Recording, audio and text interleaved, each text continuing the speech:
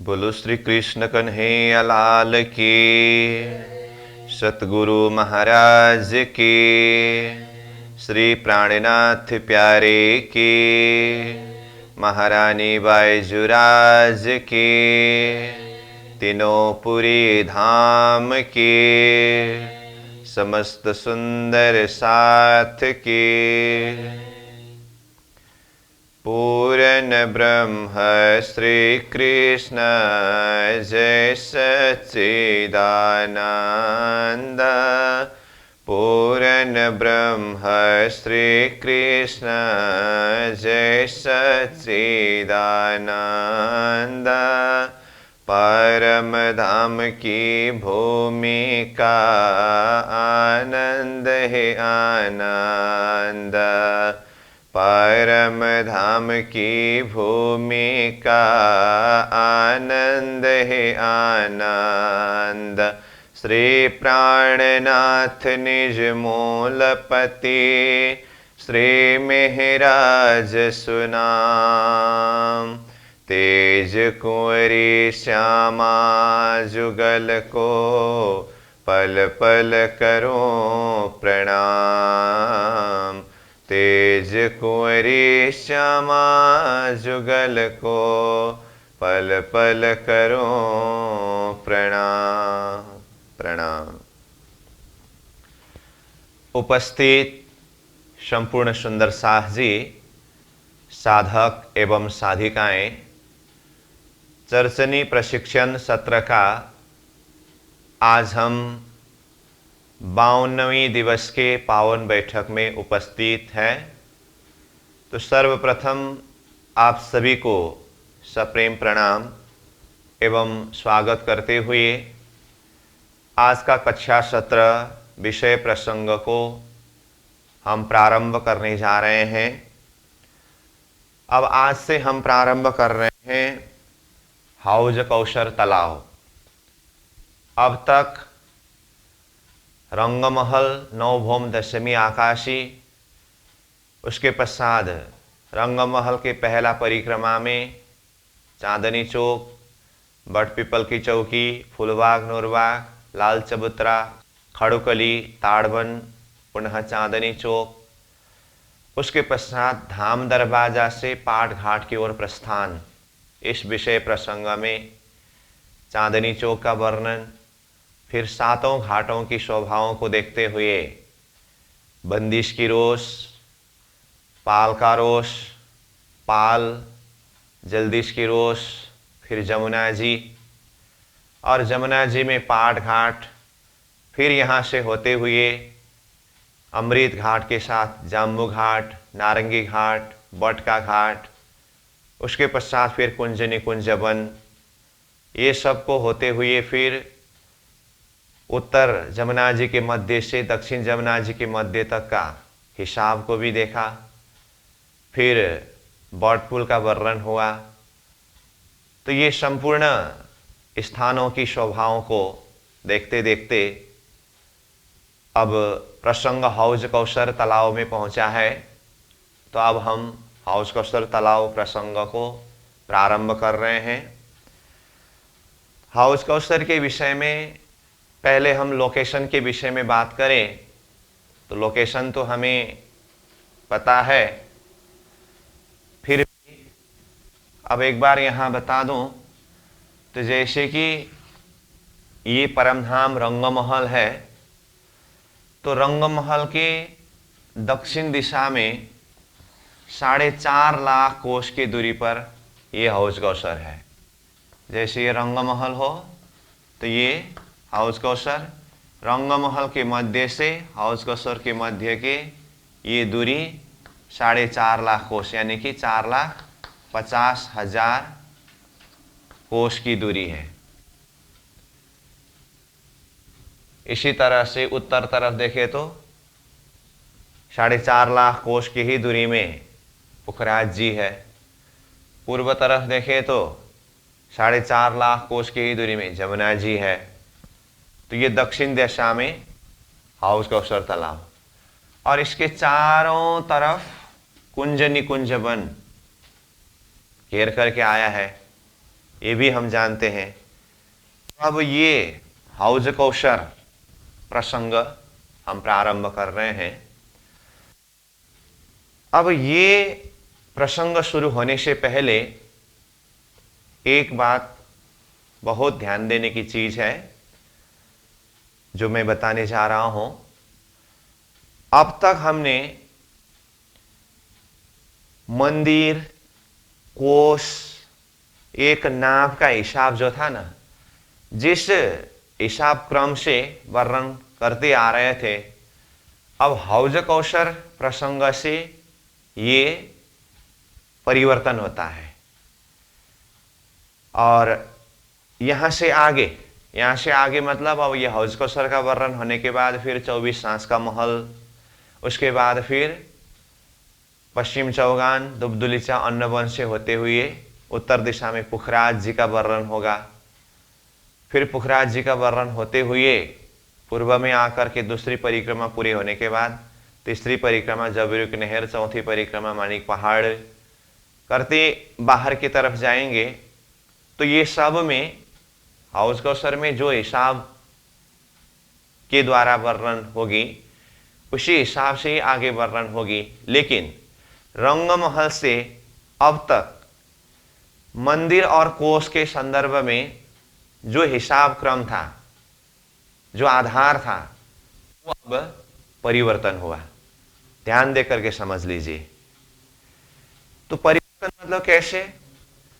अब तक हमने रंगमहल के प्रसंग से जो हिसाब क्रम शुरू किया और वर्णन करते आए, तो इसमें क्या था? एक था मंदिर और दूसरा था कोष। ठीक है, मंदिर और कोष के बीच में संबंध क्या था? एक मंदिर बराबर 100 कोष, ये हिसाब से वर्णन हुआ। ठीक है, लेकिन अब आगे जो वर्णन होने जा रहा है इसमें ये मंदिर और कोष का मापन परिवर्तन होता है। अब इसमें देखें तो मैं सीधा शब्द से कह देता हूं, यहां 500 मंदिर बराबर 400 कोष, ऐसा हिसाब आता है। अब 500 मंदिर बराबर 400 कोष, इसका अर्थ क्या हुआ? 5 मंदिर बराबर 4 कोष।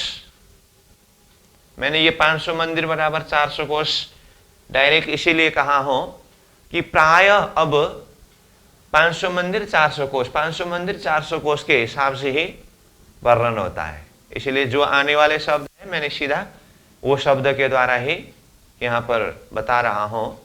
इसका अर्थ क्या हुआ?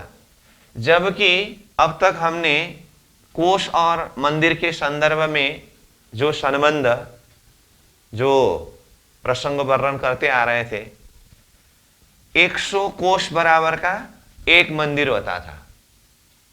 इस हिसाब से देखें तो 400 कोष मतलब 4 मंदिर।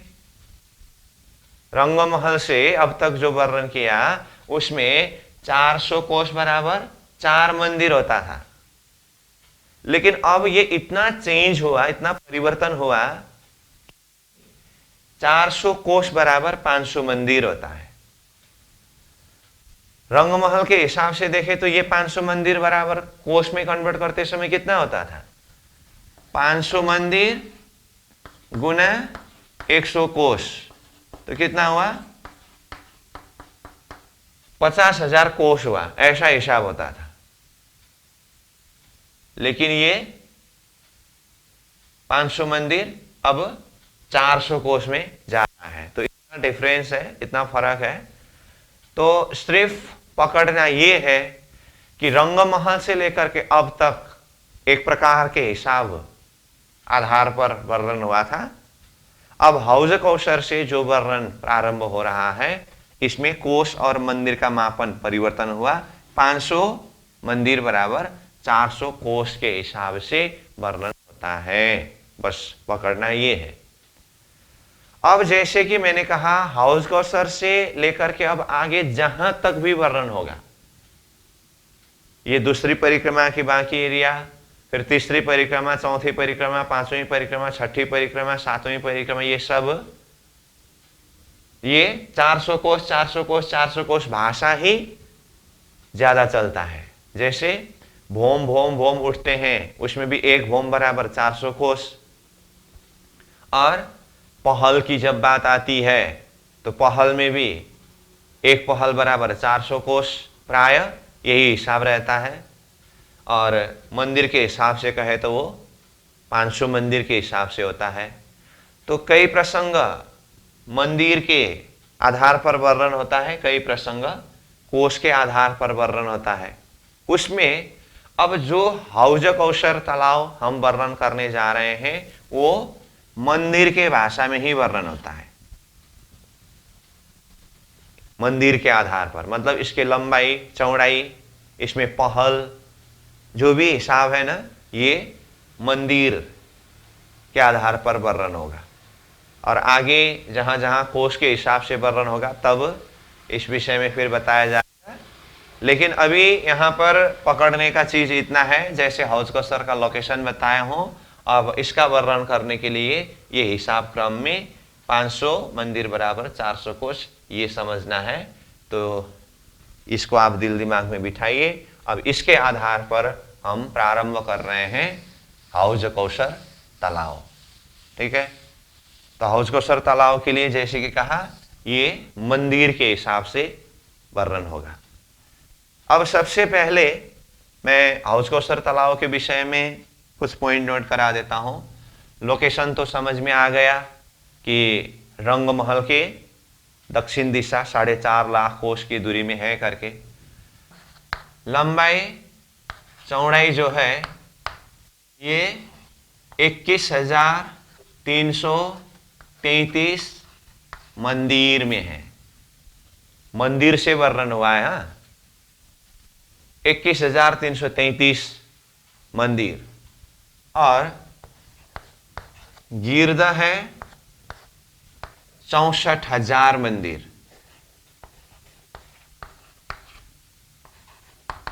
21,333 को गुना 3 करिए तो 64,000 का गिरदा हुआ। अब इसमें पहल होता है 128 पहल है, 128 पहल, ठीक है। अब पहल शब्द आते ही एक पहल में कितने एरिया होते हैं ये देखना होगा। तो इसके लिए आप सहजता से हिसाब निकाल सकते हैं।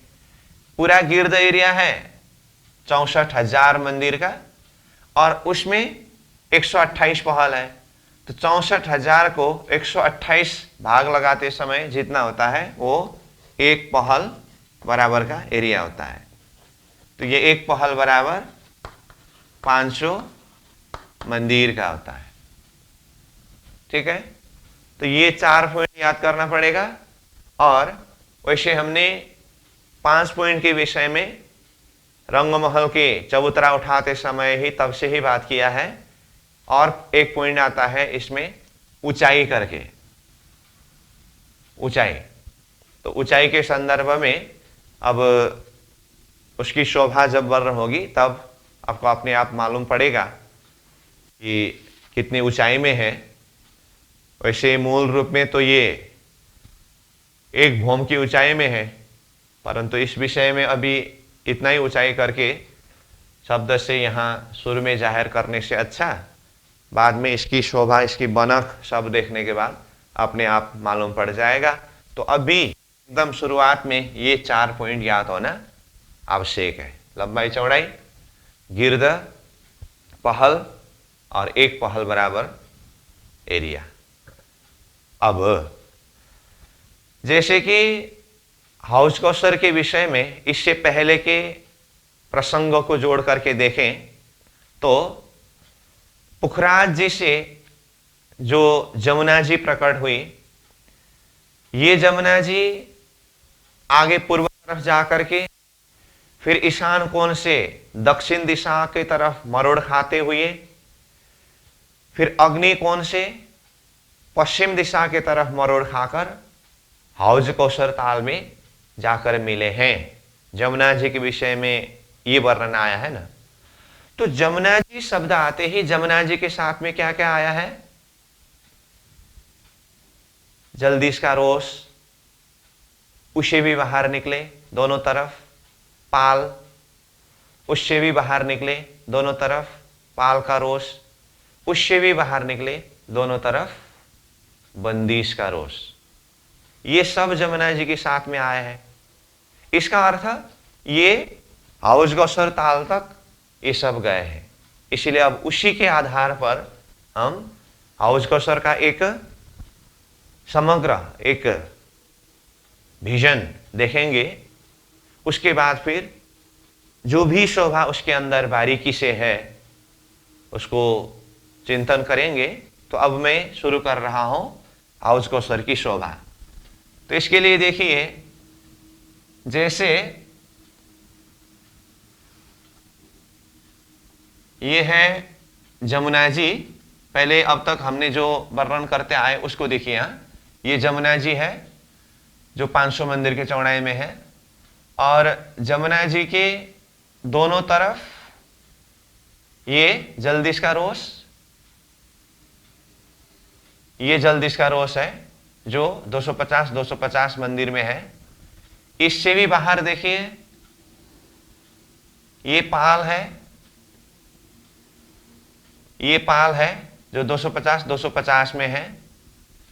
इससे भी बाहर देखिए ये पाल का रोष है, और ये पाल का रोष है, ये भी 250 मंदिर में ही है। इससे भी बाहर देखिए ये बंदिश का रोष है, और ये बंदिश का रोष है। ठीक है, ये हमने रंगमहल के सामने की शोभा को वर्णन करते समय सब वर्णन करके आए हैं। बंदिश का रोष, पाल का रोष, पाल, जलदिश का रोष, जमुना जी। इधर से देखें, बंदिश का रोष, पाल का रोष, पाल, जलदिश का रोष, जमुना जी। अब ये हौज कौसर के पूर्व किनार में पहुंचने के बाद अब ये क्या होता है, ये बंदिश का रोष जो है, ये जैसे ये रोष, तो ये यहां से ऐसे दक्षिण तरफ से होकर के घूमते हुए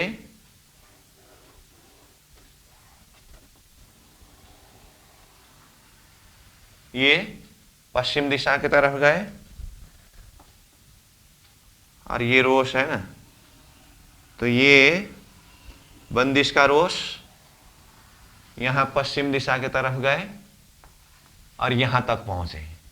ठीक है, इसी तरह से ये बंदिश का रोष ही है जो परम धाम की तरफ से होते हुए आया था, ये भी जाकर के पश्चिम दिशा में पहुंचे। ये रोष है, तो ये यहां पश्चिम में आकर के इसका मिलन हुआ। बंदिश का रोष कहां से शुरू हुआ था? ये पुखराज जी की पश्चिम दिशा से शुरू हुआ था। इतना तो हमें पता है। अब इसके विषय में डिटेल वर्णन तो पुखराज जी के प्रसंग में होगा, लेकिन ये बंदिश का रोष जो है पुखराज जी से आया है, इतना तो हमें मालूम है। तो जैसे ये हौज कौसर बनना है तो उसके पूर्वी किनार में आकर के इसने दोनों तरफ फैलते हुए पश्चिम दिशा में जाकर के ये बंदिश का रोष का मिलन हुआ। अब बंदिश का रोष शब्द आते ही यहां आकर के फैलते हुए पश्चिम में जाकर के मिल गए, ये तो हुआ। बाकी हमको पता है इसका चौड़ाई कितना है, 500 मंदिर के चौड़ाई में है, और परम धाम की जमीन लेवल से ये कहां है, 3 सीढ़ी ऊपर है, ये तो पता है ही है ना। तो ये है बंदिश का रोष, बंदिश का रोष। ठीक है, जिसका चौड़ाई 500 मंदिर का है और ऊंचाई तो जमीन से 3 सीढ़ी ऊंचा, जानते ही है। ये हुआ, एक एक पॉइंट को मैं धीरे से वर्णन कर रहा हूं, उसी हिसाब से दिल दिमाग में बिठाते जाइए। अब उसके बाद अंदर आइए, ये क्या है? पाल का रोष है और ये पाल है। इधर से देखें तो ये पाल का रोष और ये पाल है। अब ये हाउस कौशर के पूर्व किनार तक जाते समय, मतलब यहां तक आते समय, ये पाल का रोष और पाल अलग अलग है।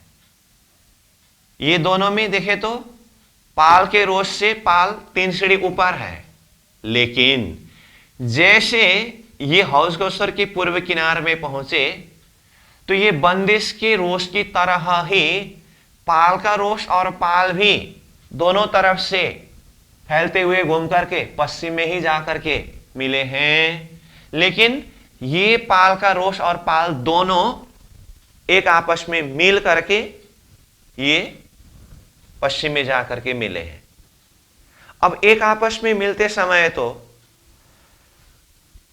पाल का रोष तो पाल से 3 सीढ़ी नीचे है, तो इसका मिलन कैसे होता है? तो इसको मैं यहां से बताता हूं। देखिए, जैसे ये है परमधाम का जमीन, तो यहां से ये 3 सीढ़ी ऊंचा बंदिश का रोष है, इससे भी 3 सीढ़ी ऊंचा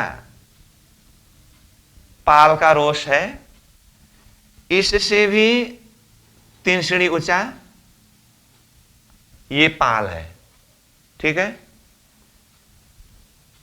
यहां हाउस कौशर के पूर्व किनार तक आते समय अपने अपने ही ऊंचाई में है ये, लेकिन अब यहां हाउस कौशर के पूर्व से दोनों तरफ से हाउस कौशर को घेर करके पश्चिम में जा करके मिलते समय, जैसे कि कहा, पाल का रोष और पाल दोनों आपस में मिल करके एक होकर के गए हैं।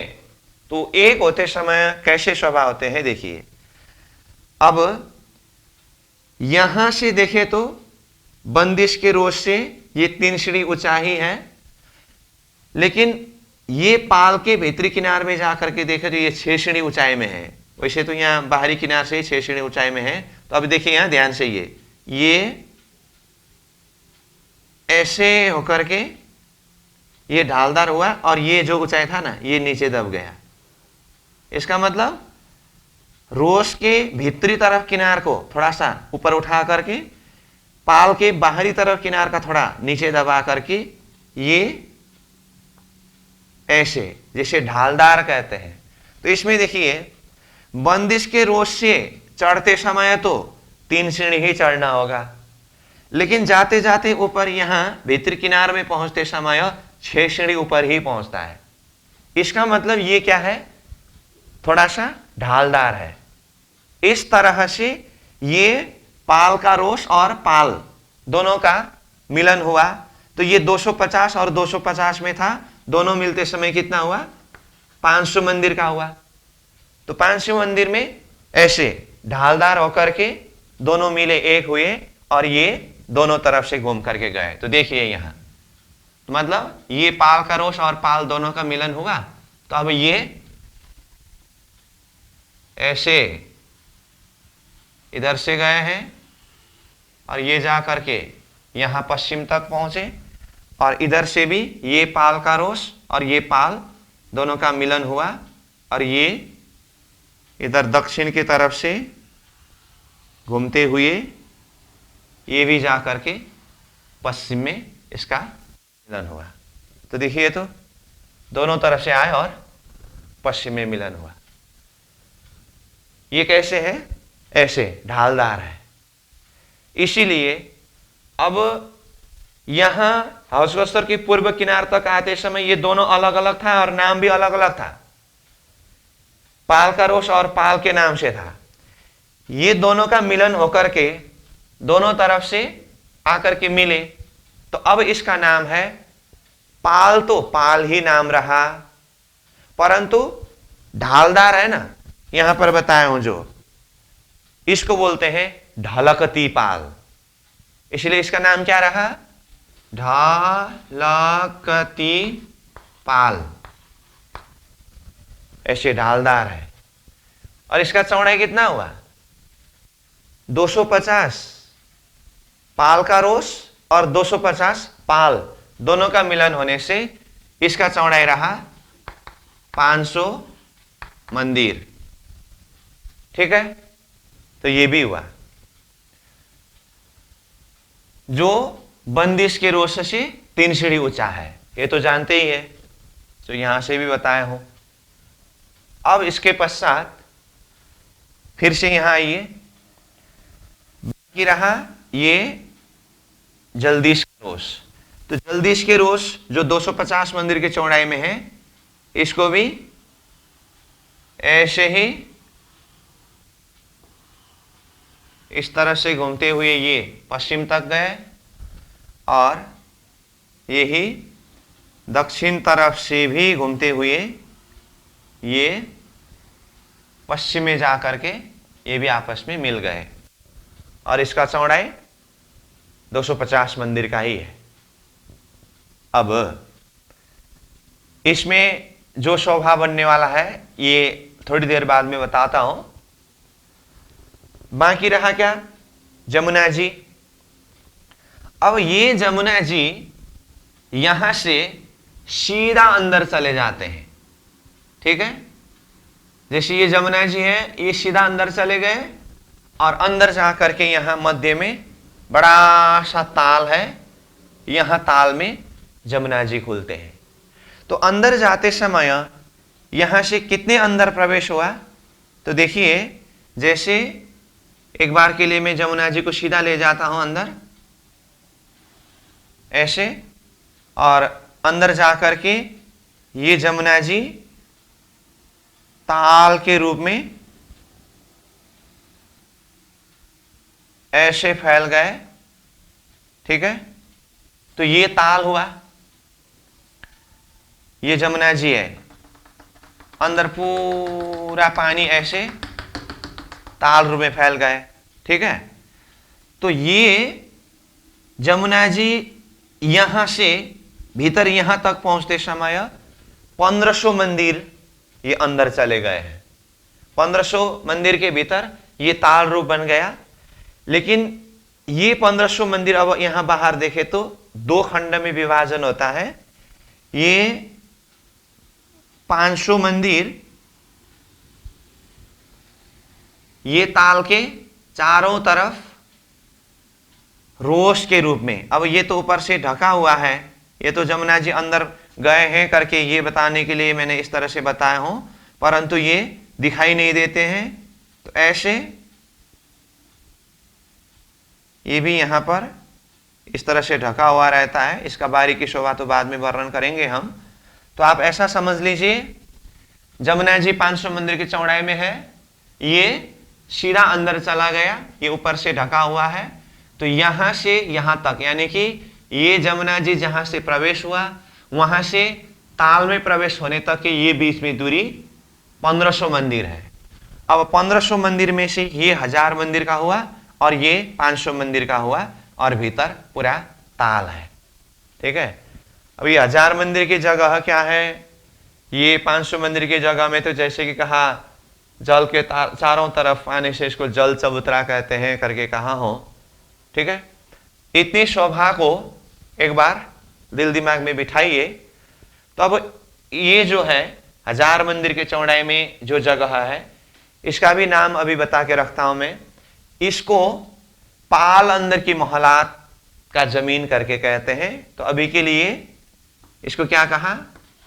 पाल अंदर की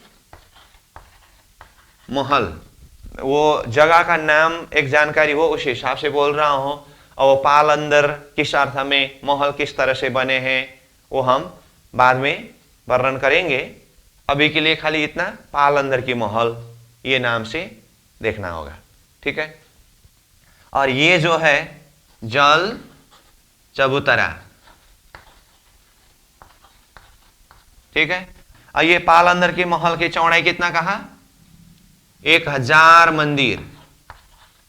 और ये जल चबूतरा का चौड़ाई कितना कहा? 500 मंदिर, और बाकी भीतर ताल का एरिया है, इसका हिसाब हम बाद में ही देखेंगे। ठीक है, अब ये जो जलदिश का रोष है इसमें क्या आया है ये बताना बाकी है। तो इसको बताने से पहले अब एक पॉइंट में बताने जा रहा हूं, बिल्कुल ध्यान दे करके समझ लीजिए। ये पाल अंदर की महल करके जिस एरिया को लिया है ना, ये बाहरी किनार के एरिया को लीजिए, ठीक है। तो इसमें अब क्या करना होगा, ध्यान से देखिए। यहां से एक भौम ऊंचा दीवार उठाना है, ये पूरा एरिया। कहां पर? ये जलदिश के रोष के भीतरी किनार से ये जो जगह चारों तरफ घूम करके आया है ना, इस जगह में चारों तरफ दीवार बना करके एक भौम ऊंचा उठाना है। मैं जैसे शब्द से बोल रहा हूं उस हिसाब से आप इसको दिमाग में नक्शा खड़ा करते जाइए। अब एक भौम ऊंचा दीवार उठाए, ये किनार में ही दीवार, दीवार उठाए। अब उसके ऊपर छत लगाना है। छत लगते समय ये यहां से वहां तक, मतलब इस छोर से उस छोर तक पूरा ढक करके छत नहीं लगता है। ये पाल अंदर की महल करके जितने एरिया बताया है ना, ये 1000 मंदिर के चौड़ाई में, ये बिल्कुल किनार से दीवार उठा है। और इसके ऊपर छत लगते समय ठीक 1000 मंदिर के ही चौड़ाई में, जैसे कि मान लीजिए, एक बार देखिए, मैं यहां थोड़ा सा आपको एक आइडिया के लिए बताता हूं। जैसे ये पॉइंट जो है, यहां पर मेरा हाथ देखिए, ऐसे ये दीवार उठा हो तो ऐसे दीवार चारों तरफ घूम करके आया है, और ये दीवार ऊपर आने के, एक भौम ऊपर आने के बाद इसके ऊपर छत ऐसे लगे, देखिए ऐसे छत लगे।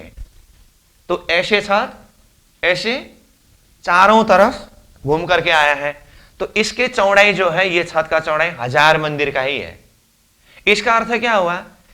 अब ये नीचे बोलना पड़ेगा इसको। इसी के जमीन से दीवार उठा है, तो दीवार एक भौम ऊपर आकर के इसके ऊपर छत आई। तो अब ये छत के हिसाब से देखते समय तो ये नीचे हुआ ना, इससे ये एक भौम ऊपर है, तो ये नीचे, इसका नाम रहा पाल अंदर की महल। इसके ऊपर ये छत है, तो पाल अंदर की महल के ये चौड़ाई भी 1000 मंदिर के चौड़ाई में है। इसके ऊपर ये छत जो आया है ऐसे चारों तरफ घूम करके, इसका चौड़ाई भी 1000 मंदिर का ही है। ठीक है, अब ये छत के ऊपर की जो शोभा है, इसका नाम रहता है चौरस पाल। समझ में आई बात? चौरस पाल ऐसे। ठीक, अब उसको मैं और यहां से फिर बताऊं तो, जैसे कि देखिए, यहीं से बात कर रहे हैं हम। एक बार के लिए आप ऐसा समझ लीजिए, यहां ऐसे दीवार उठाया, दीवार उठाया, तो यहां देखिए, ये दीवार से बाहर क्या दिखाई दे रहा है आपको? बंदिश का रोष, ये ढलकती पाल, और ये जलदिश का रोष घूम करके आया है। अभी वहां पर क्या है ये नहीं बताया है। यहां से दीवार उठाया, और भीतर तरफ देखें तो ये दीवार से भीतर ये क्या है? 1000 मंदिर के चौड़ाई में पाल अंदर की महल का जमीन है ये। ठीक है, अब ये दीवार उठाया, अब इसके ऊपर छत करके बताया ना, ये देखिए ऐसा करके समझ लीजिए। तो ये दीवार उठा था, इसमें ऐसे छत आए, इसका मतलब यहां अंदर ये खाली जगह है, और ये छत का चौड़ाई 1000 मंदिर का कहा। तो नीचे जितने एरिया में पाल अंदर की महल है 1000 मंदिर में, उसके ठीक ऊपर 1000 मंदिर के ही जगह में ये छत चारों तरफ घूम करके आया है, जिसका नाम क्या कहा? चौरस पाल कहा। समझ में आई बात? तो ऐसी शोभा, मतलब आपको वहां से पूरा दिखाई नहीं दिया हो तो ऐसे बोल रहा था मैं, यहां पर समझ लीजिए, यहां मेरा ये हाथ जो है यहां पर समझ लीजिए, ये जलदिश का रोश घुमा हुआ 250 मंदिर का वो अभी रोश ही मान लीजिए। यहां से ये भौम भर ऊपर ये दीवाल गया, और यहां देखिए मेरे हाथ, ये नीचे जो ये है ना हाथ, ये पाल अंदर की महल का जमीन है, ये 1000 मंदिर के चौड़ाई में है। इसके ऊपर ये देखिए, ये 1000 मंदिर के चौड़ाई में ये ऊपर के भाग का नाम है चौरसपाल। तो इस तरह से एक बार दिमाग में बिठाइए, ठीक है यहां तक। तो अब ये 1000 मंदिर की जगह को मैंने यहां पाल अंदर की महल करके तो लिख दिया हूं, लेकिन इसी को यहां भौमभर ऊपर आकर के ऊपर से देखें तो यही फिर क्या होगा, चौरसपाल होगा। इसीलिए मैं यहीं से पॉइंट खींच करके यहां पर लिख देता हूं चौरसपाल करके। इसका मतलब पाल, अभी तक 2 पाल का नाम आया, ये नीचे इसका नाम है ढलकती पाल, और ये ऊपर इसका नाम है चौरसपाल। भौमभर ऊपर आकर के देखेंगे तो वो चौरसपाल, नीचे से ही देखेंगे तो वो पाल अंदर की महल। यहां तक क्लियर? बस अब हमने ये जलदिश की रोश जो घुमा है, इसमें क्या है ये अभी तक वर्णन नहीं किया है ना, अब मैं वर्णन करता हूं। देखिए, ये जलदिश की भीतरी किनार की जगह अथवा बाहरी किनार की जगह, ये पॉइंट से भौमभर ऊंचा दीवाल उठाया। अब दीवाल उठाने के बाद वो ऊपर जाने के लिए सीढ़ी तो चाहिए, चाहिए कि नहीं चाहिए? सीढ़ी चाहिए, हाँ। तो ये जलदिश की रोश 250 मंदिर की चौड़ाई ये घुमा है ना, यहां पर सीढ़ी बने। यहां पर जो सीढ़ी है वो ऐसे सीढ़ी है जो एक दिशा से अथवा 4 दिशा से ऐसे सीधा सीधा लगा हुआ सीढ़ी ऐसा नहीं है। अब तक हमने जहां भी चबूतरा उठाया तो रंगमहल के हिसाब से देखे तो रंगमहल पूरा गोल चबूतरा एक भौम भर उठाया, जिसमें सीढ़ी पूर्व दिशा चांदनी चौक से एक ही 100 सीढ़ी 20 चांदा ऊपर उठाए, और बीच बीच में 3 सीढ़ी ऊंचा चबूतरा जगह जगह पर वर्णन हुआ। उसमें चारों दिशा से सीढ़ी लगे हैं, ऐसा वर्णन आया था। लेकिन अब यहां हौज कौशर के प्रसंग में ये चौरसपाल जो भौम भर ऊंचा है, वहां जाने के लिए ये जलदिश की रोश घूम करके इसमें सीढ़ी लगा है। ये सीढ़ी ऐसे होते हैं, देखिए, अब सीढ़ी कहने से तो स्टेप स्टेप स्टेप सीढ़ी सीढ़ी सीढ़ी करके ऊपर जाने की बात तो आप समझते ही है। ये पूरा एरिया में सीढ़ी है, चारों तरफ घूम करके ऐसे सीढ़ी आया है। उस सीढ़ी का नाम है संक्रमणिक का सीढ़ी। नया शब्द आया, चारों तरफ घूम करके आया है, वो सीढ़ी का नाम संक्रमणिक सीढ़ी। समझ में आई बात? तो अब मैं यहां पर लिख देता हूं, ये जो जलदिश का रोश घुमा था, इसमें क्या है, संक्रमणिक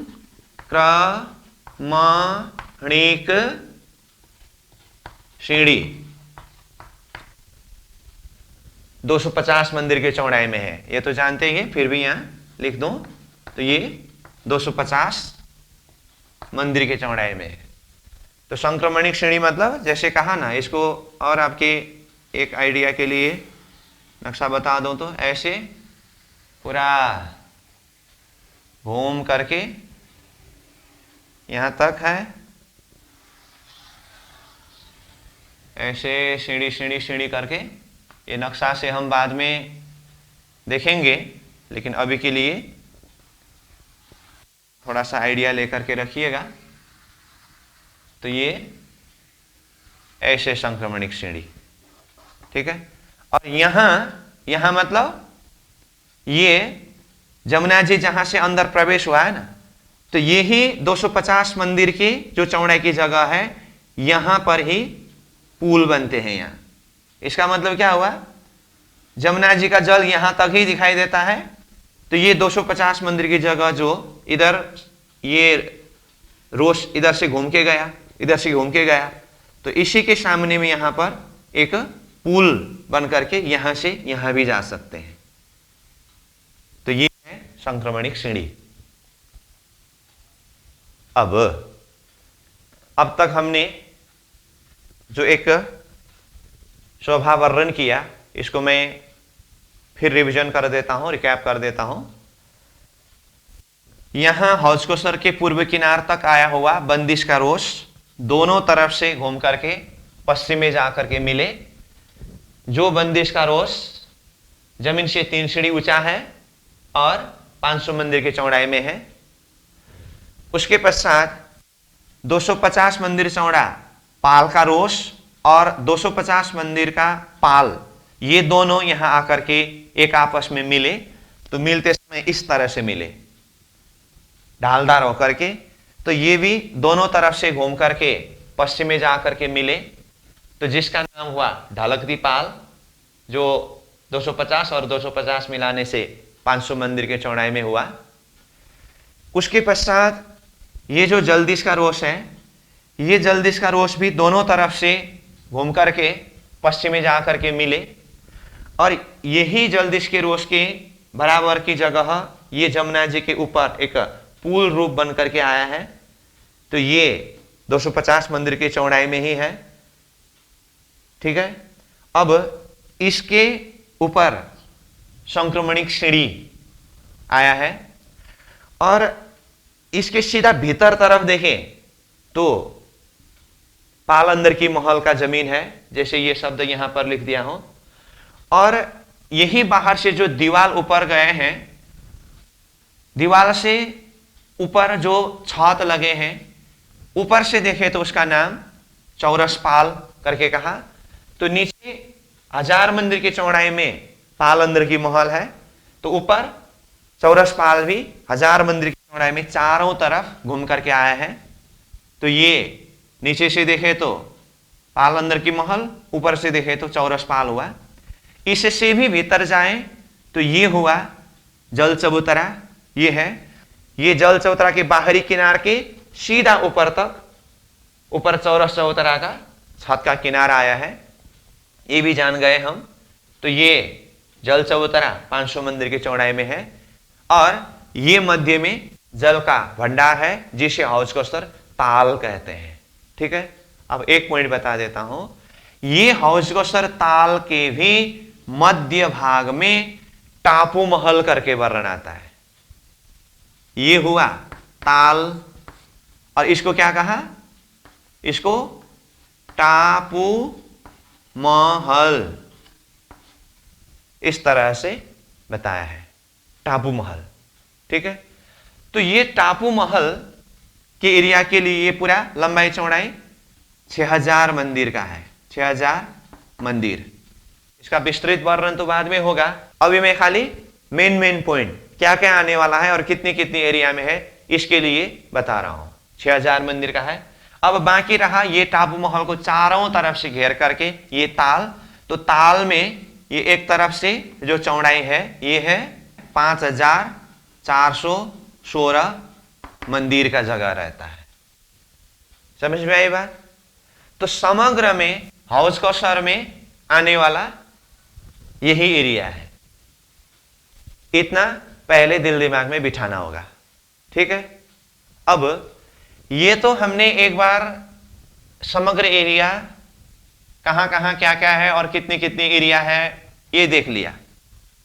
अब ये पहलदार करके लिखा है, यहां कितने पहल है? 128 पहल है।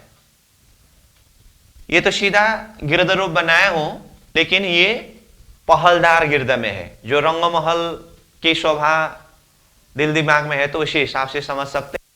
जिस तरह से रंगमहल 201 पहल में पहलदार गिरद था, ऐसे ही ये हौज कोसर 128 पहल में ये पहलदार गिरद हुआ। अब समग्र में हौज कोसर प्रसंग में आने वाला विषय क्या क्या रहा? जमीन से 3 सीढ़ी ऊंचा बंदिश का रोष 500 मंदिर की चौड़ाई, उससे भी 3 सीढ़ी ऊंचा ढलकती पाल 500 मंदिर की चौड़ाई, उसके अंदर 250 मंदिर की चौड़ाई में संक्रमणिक सीढ़ी, संक्रमणिक सीढ़ी से ऊपर जाकर के देखें तो ऊपर 1000 मंदिर की चौड़ाई में चारों तरफ घूम करके चौरस पाल, और संक्रमणिक सीढ़ी के भीतर तरफ नीचे ही देखें यानी कि चौरस पाल के नीचे देखें तो 1000 मंदिर की चौड़ाई में चारों तरफ घूम करके पाल अंदर की महल, और पाल अंदर की महल से भी भीतर 500 मंदिर की चौड़ाई में ये जल चबूतरा, और उससे भी अंदर ये ताल, ताल के मध्य भाग में टापू महल, और ये ताल ने 5416 मंदिर का जगह एक तरफ का चौड़ाई में लिया तो चारों तरफ घूम करके आए, और मध्य में ये टापू महल। अब इन्हीं स्थानों में कहां कहां क्या क्या शोभा है, इसी का बारीकी शोभा वर्णन करना है। जैसे कि हमने वो रंगमहल का वर्णन करते समय भोमभर ऊंचा चबूतरा में क्या क्या शोभा है पहले एक बार ये देखा था, उसके बाद ऐसे ही ऊपर ऊपर 9 भोम तक है करके फिर जहां जहां भोम की विशेषता है उन विशेषताओं के ऊपर वर्णन किया था ना। ऐसे हौजगोसर के प्रसंग में मुख्य आने वाले विषय इतना ही है, अब इसके बारीकी वर्णन आगे करना है।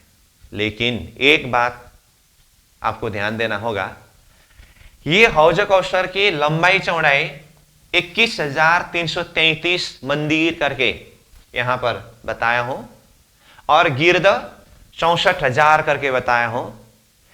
ये एरिया देखिए, यहां बंदिश के रोश के किनार से यहां बंदिश के रोश के किनार तक नहीं लेना है, देख करके समझ लीजिए।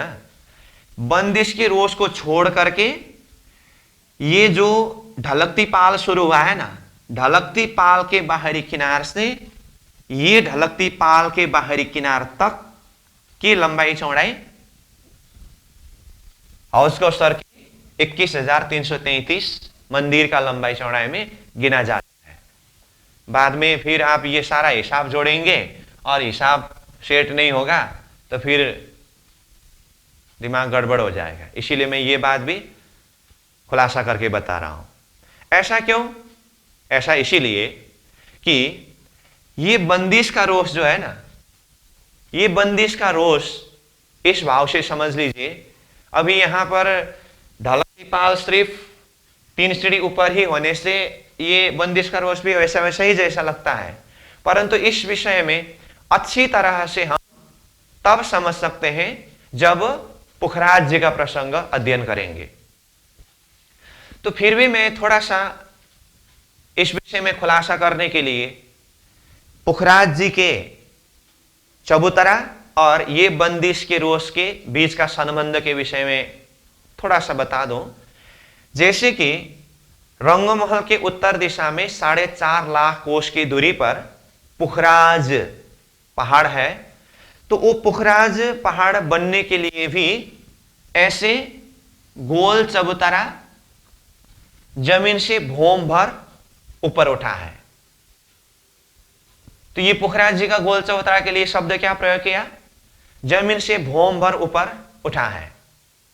और ये चबूतरा का लंबाई चौड़ाई जो है 1,33,333 है। अभी यहां पर बारीकी से नोट करने की कोई जरूरत नहीं है, मैं खाली बंदिश के रोष के विषय में थोड़ा सा खुलासा करने के लिए ही पुखराज के प्रसंगों को शुरू कर रहा हूं।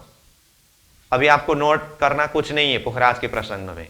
तो कहा ये चबूतरा जो है 1 भोम ऊंचा है और 1,33,333 का लंबा चौड़ा है करके चबूतरा का वर्णन आता है। और ये चबूतरा को घेर करके जमीन से 3 सीढ़ी ऊंचा रोष आया है। ये रोष ही बंदिश का रोष है, जिसका चौड़ाई 500 मंदिर का ही है। पुखराज के गोल चबूतरा को जमीन से 3 सीढ़ी ऊंचा रोष ने घेरा है, जो रोष बंदिश के रोष है। तो यहां पुखराज का वर्णन करते समय 1,33,333 कोस पुखराज का लंबाई चौड़ाई करके कहते समय ये बंदिश के रोज की 500 मंदिर की चौड़ाई हिसाब में नहीं आता है।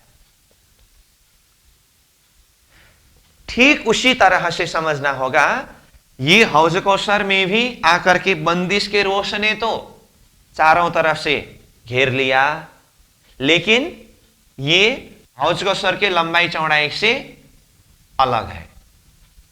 अब इसको रंगमहल के हिसाब से भी बता दो तो ये नक्शा को आप समझ लीजिए, ये रंगमहल का भौम भर ऊंचा चबूतरा।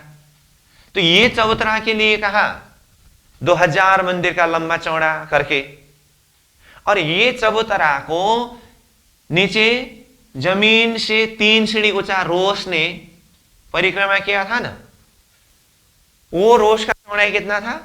2 मंदिर की चौड़ाई था। तो वो 2 मंदिर को ये रंगमहल के चबूतरा के साथ में जोड़ करके हिसाब नहीं किया ना, बस उसी हिसाब से समझना होगा कि ये बंदिश का रोश जो है हौज कौसर को बाहर से परिक्रमा किया हुआ एक रोश है। ठीक है, तो इसीलिए हौज कौसर की लंबाई चौड़ाई का हिसाब करते समय जैसे कि कहा बंदिश के रोश की भीतरी किनार अथवा ढलक दीपाल के बाहरी किनार से इस तरफ की बाहरी किनार तक देखना होगा। अब एक बार हम हिसाब जोड़ करके देख लेते हैं। देखिए, हाँ, एक तरफ से मध्य तक पहुंचना है, दोनों तरफ उसी हिसाब से समझना है।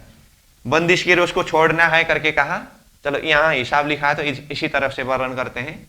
बंदिश के रोश को छोड़ना है करके कहा, तो अब देखिए ढलकती पाल से शुरू करते हैं। ढलकती पाल की चौड़ाई 500 मंदिर, ठीक है, और ये संक्रमणिक सीढ़ी, अब इसका नाम संक्रमणिक सीढ़ी से ही बोलना पड़ेगा। 250 मंदिर की जगह में संक्रमणिक सीढ़ी आया है, तो 500 और 250 जोड़ते समय 750 हुआ। और ये पाल अंदर की महल, अथवा ऊपर से देखें तो चौरस पाल, तो नीचे से ही देखें पाल अंदर की महल 1000 मंदिर हुआ। तो 750 प्लस 1000 1750 हुआ। उसके बाद ये जल चबूतरा 500 मंदिर 2250 हुआ।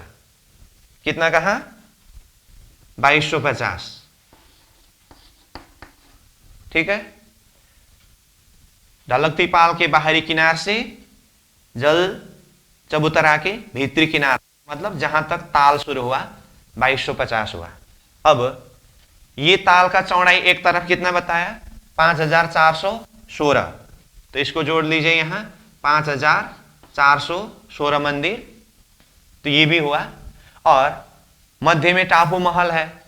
टापू महल का तो पूरा लंबाई चौड़ाई एरिया 6000 मंदिर कहा, लेकिन हमें एक तरफ से का एरिया निकालना है और एक तरफ जैसा है दूसरी तरफ भी वैसा ही है। तो ये टापू महल का 6000 में से 3000 मंदिर ही लेना है, आधा।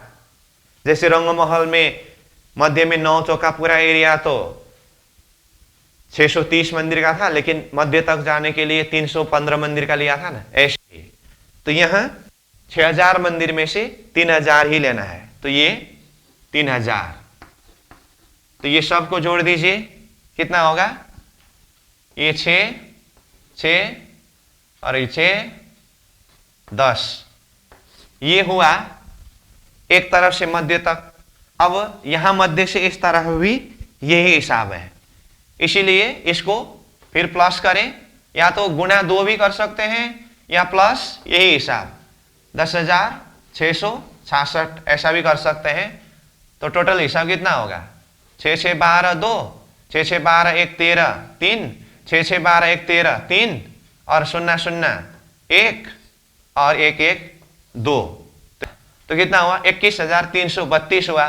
तो 32 मतलब अब उसका हिसाब एरिया में लाने के लिए इसको प्लस 1 करके 33 का हिसाब बताया है। समझ में आई बात? तो ये है समग्र हौज कौसर तालाब की लंबाई चौड़ाई के एरिया में आने वाली मुख्य मुख्य जो बातें। और ये पहलदार में है कहा, और पहल के लिए तो जैसे कि पहले ही कहा, गिरदा में 64,000 मंदिर है, तो 128 पहल होते समय ये प्रत्येक पहल 500 500 500 500 500 मंदिर का पहल होकर के आता है। यहां तक ठीक है? बस इतने विषय को दिल दिमाग में बिठाइए। अब इसमें और एक पॉइंट जो ऑलरेडी आपको पता तो है ही, फिर भी मैं यहां पर जोड़ देता हूं। ये बंदिश का रोष जो है ना, नया वर्णन नहीं है, पहले की बात है, फिर भी मैं आपको सिर्फ याद ही दिला रहा हूं। बंदिश का रोष जो है, इसमें बड़वन की वृक्ष की दो हारे जो है ना, ये दो हार बड़वन के वृक्ष यहां पर भी आया है, इसीलिए पूरा बाहर से ये बड़वन की वृक्ष की दो हार ने घेर करके आया है। ये यहां तक ठीक है?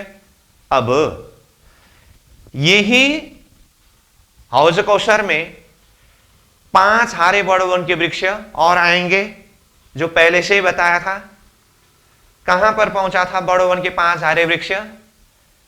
रंगमहल के उत्तर दिशा 40 के 41 हारे बड़वन के वृक्ष केल वन से होते हुए, 7 घाट के सामने से होते हुए, बट घाट से पश्चिम तरफ जाकर के, फिर बट पीपल की चौकी के दक्षिण तरफ से होते हुए, फिर फुलबाग नूरबाग के दक्षिण तरफ से होते हुए फुलबाग नूरबाग के नैऋत्य कोण तक पहुंचा था। ऐसे ही वो 41 के 41 सारे बड़वन के वृक्ष से पश्चिम तरफ से भी होते हुए वो अन्नवन के जगह से दक्षिण तरफ आकर के वही फुलबाग नूरबाग के नैऋत्य कोण में आकर के मिलन किया था। वही बड़वन के वृक्ष 5 हार वृक्ष आकर के ये हौज कौशर में प्रवेश होते हैं। तो हौज कौशर में प्रवेश होते समय इसका बारीकी वर्णन तो बाद में होगा, लेकिन मैं अभी प्रसंग में खाली थोड़ा सा जोड़ दे रहा हूं। हौज कौशर में प्रवेश होते समय वो 5 हार बड़वन के वृक्ष ये ढलकती पाल में 2 हार और ऊपर चौरस पाल में 3 हार होकर के पूरा हौज कौशर ताल को बड़वन की वो 5 हार वृक्ष ने भी घेरा है। तो ये भी थोड़ा सा दिल दिमाग में रखिएगा, बाद में ये किस तरह से कहां कहां वृक्ष आते हैं इसकी शोभा हम देखेंगे ही। तो अभी के लिए ओवरऑल एक नमूना इतना दिल दिमाग में बिठाइए, फिर आगे हम क्रमशः एक एक स्टेप जिस तरह से वर्णन करना है उस हिसाब से वर्णन करेंगे।